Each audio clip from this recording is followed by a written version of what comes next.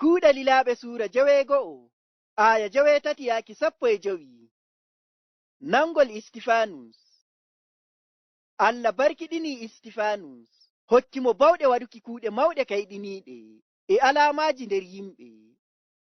Amma e woodi woɓɓe nder suudu do'aare bi'eteendu suudu rimɗinaaɓe, e woɓɓe ƴiwoyɓe gariiri Sayirin, e gariiri Alijandiriya, e leydi Kilikiya, e leydi Asiya, ɓe ummaniimo e ɓe ngeddotira e maako. Amma ɓe ndulli no ɓe njaalortoomo, ngam emo metira e faamu e ruuhu Allah. Sey ɓe kokki woɓɓe ceede e suuɗe, ngam ɓe mbi'a ɓe nani emo huɗa Muusa e Allah.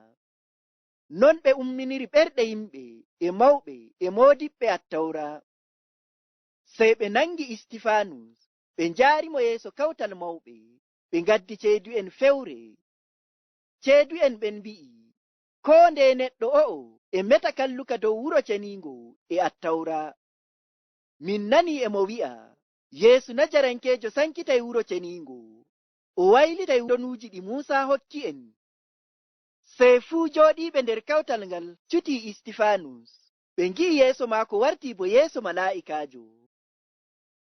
Istifanus go'oto nder cuɓaaɓe, ngam ɓe sendana rewɓe ɓe worɓe mu'en maayi nyamdu. En nani Allah Joomiraawo barkiɗiniimo, hokkimo bawɗe waɗuki kuuɗe mawɗe kayɗiniiɗe.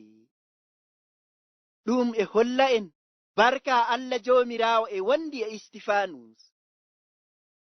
Se ko wala, Istifanus e yamɗitina yimɓe ɓe njamɗa barka inde Annabi Iisaa. Yimɓe bo e kayɗina e teddina Allah Joomiraawo dow ko o waɗata. Aya 9 yaaki 10 wi'i, amma e woodi woɓɓe nder suudu do'aare bi'eteendu suudu rimɗinaaɓe, ɓe ummaniimo e ɓe ngeddotira e maako. Amma ɓe ndulli no ɓe njaalortoomo, ngam emo metira faamu e ruuhu Allah. Ɗo en nani nder kuuɗe kayɗiniiɗe ɗe Istifanus waɗata, e woodi woɓɓe yimɓe diga ɗariika rimɗinaaɓe umminɓe kaajal, ɓe ngari e ɓe ngeddotira e maako. Amma en nani ɓe ndulli no ɓe njaalorto Istifanus, ngam ko Istifanus wi'ata fuu goonga. Walaa no ɓe nangirta Istifanus e ciya goonga nder ekkitinol muɗum, ngam Istifanus e metira faamu e bawɗe ruuhu Allah Joomiraawo. Aya 11 yaaki 12 wi'i, sey ɓe kokki woɓɓe ceede e suuɗe, ngam ɓe mbi'a ɓe nani emo huɗa Muusa e Allah.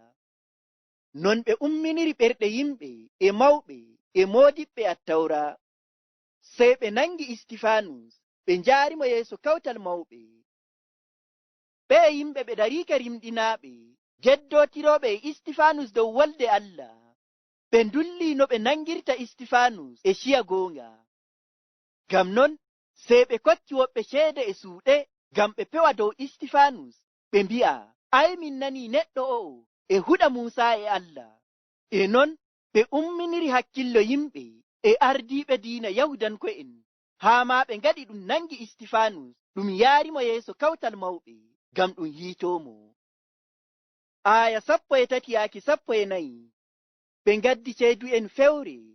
Ceedu'en ɓen mbi'i, koo nde neɗɗo o'o e meta kalluka dow wuro ceniingo e Attawra. Min nani emo wi'a, Yeesu Najarankeejo sankitay wuro ceniingo, o wayla donuuji ɗi Muusa hokki en. Ɓe yimɓe ciryake fewre, ngam ɓe ngulloroyo Istifanus e yeeso kawtal mawɓe. Ɓe kokki woɓɓe ceede e suuɗe, ngam ɓe kokka ceeda fewre dow Istifanus. Ngam non nde ɓe ndangi Istifanus, ɓe ngaddimo yeeso kawtal mawɓe, sey ɓe mbi'i, ay Istifanus e meta kalluka dow wuro ceniingo. Haa ma emo wi'a, ay Yeesu Najarankeejo sankitay wuro ceniingo, nden o waylay fuu ndonuuji ɗi Muusa hokki ɓe. Ngam non emo waɗa fii kalluɗum. To en siftori nde Yahudanko'en dulli ko nangirta Annabi Iisaa e ciya goonga, sey ɓe ngaddi ceedu'en fewre, e ɓe mbi'a, ay Annabi Iisaa e meta kalluka dow Allah Joomiraawo, ngam non o hewtii wareeki.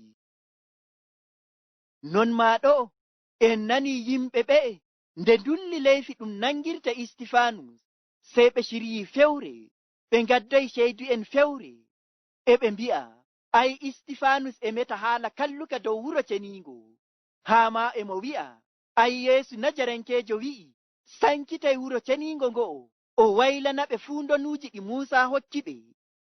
Ngam non e mo yiɗi o majjina yimɓe, haani ɗum wara mo, to naa non o majjinay yimɓe. Aya 15 wi'i, sey fuu jooɗiiɓe nder kawtal ngal cuti Istifanus, ɓe ngi'i yeeso maako warti bo yeeso malaa'ikaajo.